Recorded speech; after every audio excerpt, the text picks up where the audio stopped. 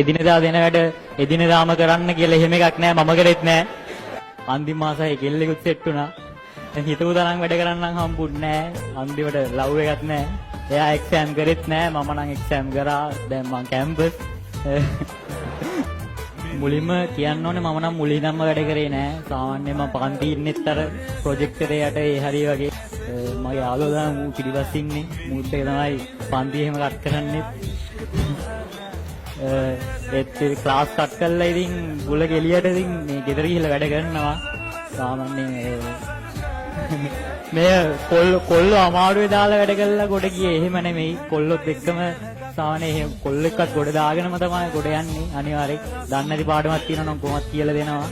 වැඩ කරපු විදිය කියන්නේ මම අන්තිම මාස 6 වගේ තමයි වැඩ කරන්න ගත්තේ. ඒත් ඉතින් අන්තිම මාස 6 කෙල්ලෙකුත් සෙට් වුණා.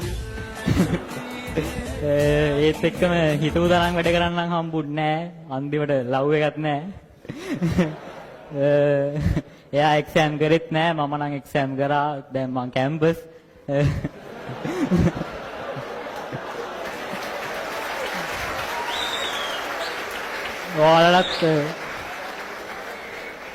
ඔයාලත් කියන්න තියෙන්නේ දැන් අවුලක් නැහැ. දැන් මේ තාම මේ පටන් ගත්ත ගමන් හින්දා මේ කාලේ පොඩ්ඩක් මේ රිලැක්ස් එකේ ඉන්න.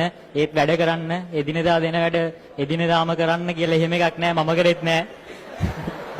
මේ ඒත් වැඩ ටික කරා. සාමාන්‍යයෙන් පේපර්ස් එහෙම අන්තිම කාලේ වගේ තමයි පේපර්ස් එහෙමත් ලියන්න ගත්තේ. මුලින්ම මේ පළවෙනි මාසයේ මුලින්ම පේපර්ස් ලිව්වා. පස්සේ ඒකත් කම්මැලි ඉතලා ඒක කරෙත් නැහැ. ආයෙ මුලින්ම කට් කරන්නේ. ඊට පස්සේ කොහොමත් අන්තිම කාලේ නම් සාමාන්‍යයෙන් හොඳට වැඩ කරා. SFT එහෙම නම් කොහොමත් ඒ කාලේ නම් පුළුවන්. ඒක නිසා ලොකු අවුලක් උන්නේ නැහැ.